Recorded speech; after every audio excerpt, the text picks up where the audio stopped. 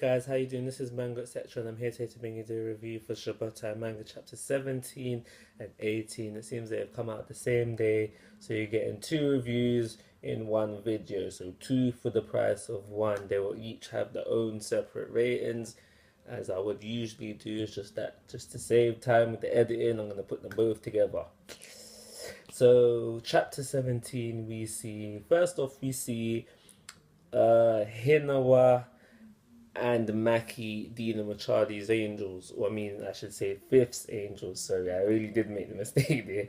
And yeah, Fifth's Angels. So we find out it's not like Charlie's Angels where there's three of them. There's actually quite a few of them. Maki and Hinwa take out about 10, I think it was said. And we see one Karen, which was quite funny. And we also see Shinra, he also takes out 3 as well. So Charlie's Angels, in fact, all the fifths that we are seeing so far are just weak. Weak, very unimpressive. No one has been impressive. Yeah, I ain't seen nothing impressive out of Squad 5 as of yet. Except Hibana, she's been quite impressive so far.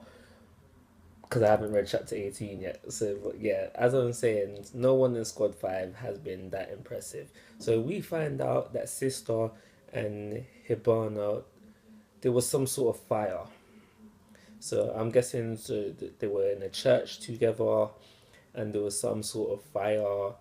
And maybe them two are the only survivors. I don't know yet. But there was some sort of fire which they was a part of, and obviously they aimed them to escape, so maybe they're the only survivors. But yeah, as I said before, I don't know. The rest of the chapter is the start of Shinra versus Hibana. Now, she does this attack which I'm going to call the heat scope, because I can't remember the name of it, but what basically heat scope does is that it emits an aura of fire around like the person that is targeting, and this does something to the blood cells. This does something to the blood cells which slows down the flow of blood, which causes dizziness. Get me? I'm not a scientist, but there's an explanation there about the blood cells and the flow of blood, which is being slowed down, which would cause the dizziness. So this is basically what the attack does. It causes someone to get dizzy using fire or heat. And she explains this to Shinra, and once Shinra realizes this, he's like, oh, okay, so what's happening to me right now is all in my imagination. And he uses this to be able to get back up and stand up. And to this, Hinabana is like quite confused. She's like, Rare, you're not supposed to be able to do that, but it's cool. It's more fun this way. You know, beating you with just that one attack would have been too easy. It's a good thing you got back up. It makes things more interesting. And the chapter ends off with, Shinra. He's just ready. He goes into some like attack. Like I see some flames coming out of him, and he's ready to go. And he calls himself a different type of hero. I can't remember what the name he used for this one, but they're ready to go. They're ready to fight, and that's the majority of the chapter. So it was fun to see how weak the Fifth Angels were. Like there's a whole load of them and they just get easily defeated. Seeing the one Kawa I should say. We got a little bit more about how Sister and Hibana know each other prior, and it's just hyped to see Shinra versus Hibana. So I'm gonna give this chapter a 3.5 star rating, and I'm gonna go read chapter 18. So see you guys soon. Okay, guys, chapter 18 now. So we find out why Hibana is the way she is. So we go into flashback and we find out that she lived in an abbey filled of orphans, and they're all nuns. So she lived there throughout her life, and she was the most unreligious out of all the orphans that was living in this abbey. She was the most unreligious. And one day there was a fire that took place where all the nuns except Sister and Hibana, they caught fire, and just the whole place just burnt to the ground. And it's from this day Hibana had the mindset of how she was the most unreligious person there, yet she was one of the few survivors of the incident. She just there from then did not believe in God and see the point of just praying and worshiping, because the way she saw it was that if God was going to save someone who didn't fully believe, didn't take worshiping seriously, didn't take being a nun seriously, then why?